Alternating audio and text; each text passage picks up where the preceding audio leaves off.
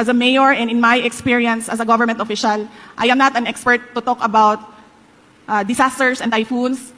Yan ang sa inyo. Pero when I talk about insurgency, yan ang sa akin.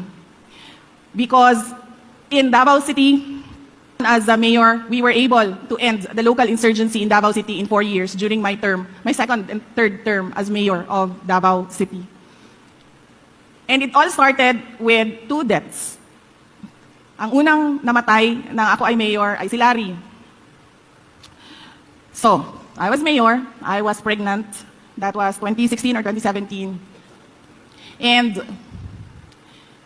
I'm sure you've heard of it, sinunog nila yung box plant ng isang kumpanya sa Panabo, sa Mandug, the area straddling Davao City and Davao del Norte. And then nag-iwan sila ng bomba para sila makaikyas, makalayo. Pag sabog ng bomba, tinamaan si Larry. Si Larry ay isang fish vendor, kanang nagamotor. Nadala niya ang iyahang basket sa isda. Padulong siya sa interior sa Mandog, kaya wala kaayoy palingki dito. So, mo na ang iyahang negosyo, mo na iyahang trabaho. And naigo sa shrapnel.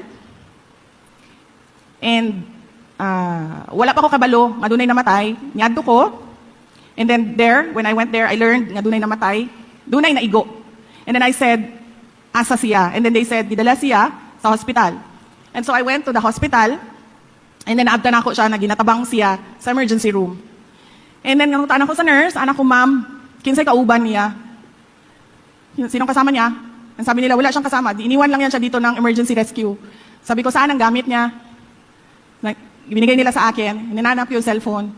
And then, hinanap ko yung number ng kung sino yung, binasa ko yung mga text messages niya. Hinanap ko kung sino yung medyo personal, intimate ang kanyang messages. And hinulaan ko, ito yung girlfriend o ito yung asawa. So, tinuwagan ko.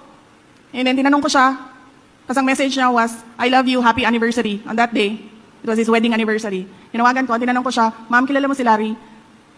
Based sa ID. And then sabi niya, asawa na ko si Larry. Siya nga no, di ay kinsa ni, o sinday saran ni, you need to come to the hospital, ipasundo ka, because naadari sa imuhang asawa sa hospital. And then she was asking me, unsay nahitabo, ana. I said, unya na lang ta mag-istorya, just come to the hospital.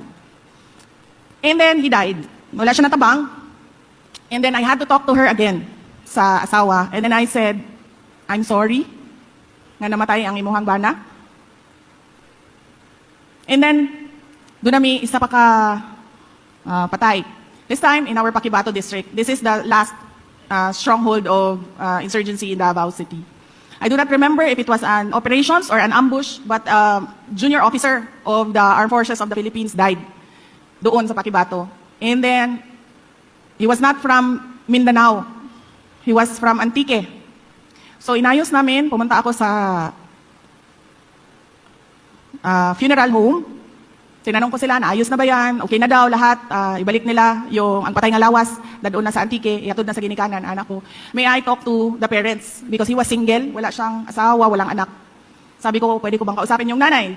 So binigay sa akin yung cellphone, pinakausap sa akin yung nanay, and I had to say sorry again. I'm sorry that your son died. And ang sagot sa akin ng nanay, siya, Inday Sara, hindi naman pwede na lagi na lang ganyan, mamamatay yung mga anak namin.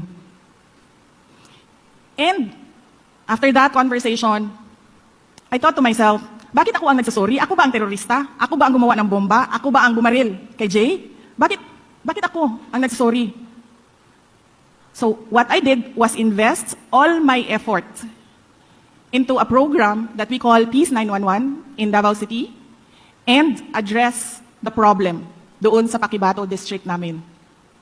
Pinuntahan namin ang mga tao, kinausap namin ang mga tao. Lahat ng gusto ng mga tao, ginawa namin doon sa kanila. And sinabi ko lang, in exchange, suportahan ninyo ang administration ko as mayor. Sumuporta kayo sa gobyerno. And we had one barangay captain na ang buong barangay NPA, pati ang barangay captain NPA. Doon sa Paquibato District. Of course, dahil NPA siya, hindi siya matuog yun kay Inday Sara. So, there is no, sa akin, sinabi ko sa team, there's no talking to a person na dili na gusto makiistorya, dili na abli ang iyahang panghuna-huna, dili na siya open to new ideas. And then, on that part, I let the military do their thing. And this barangay captain called the President of the Republic of the Philippines.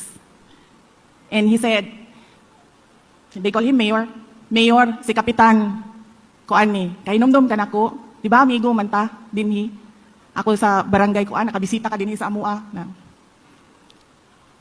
ginaparade ni Inday Sara ang ako ang balay. Di nami kagawas sa balay, kay napuno nami og bala. Kada mo gawas mi, naibala nga mulupad. And so, the President asked someone to call me. And then I said,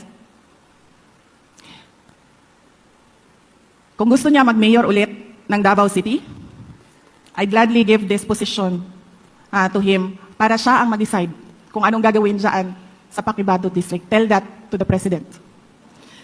So I just want to emphasize to you that the secret, as I said earlier, is the cooperation between governments and the people. And the success is in the hands of the governor and the mayors. It is quite a complicated process, kaya hindi ko sinasabi sa mga mayor, sa mga barangay captain na lumaban kayo, kasi hindi ko naman ma-reassure ang security ninyo 24 hours a day because ambush happens at any time of the day. Isang bala lang yan, tapos ka na. But what I am always telling our mayors and our barangay captains na kausapin nyo yung mga tao.